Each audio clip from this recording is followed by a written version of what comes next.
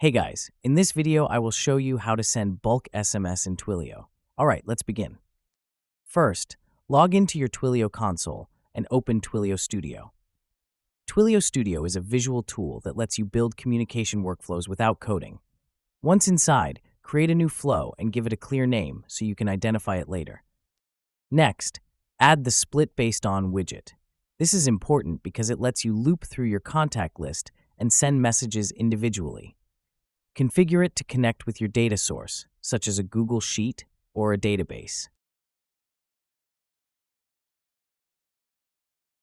Now, drag the Send Message widget into your flow and link it to the main widget.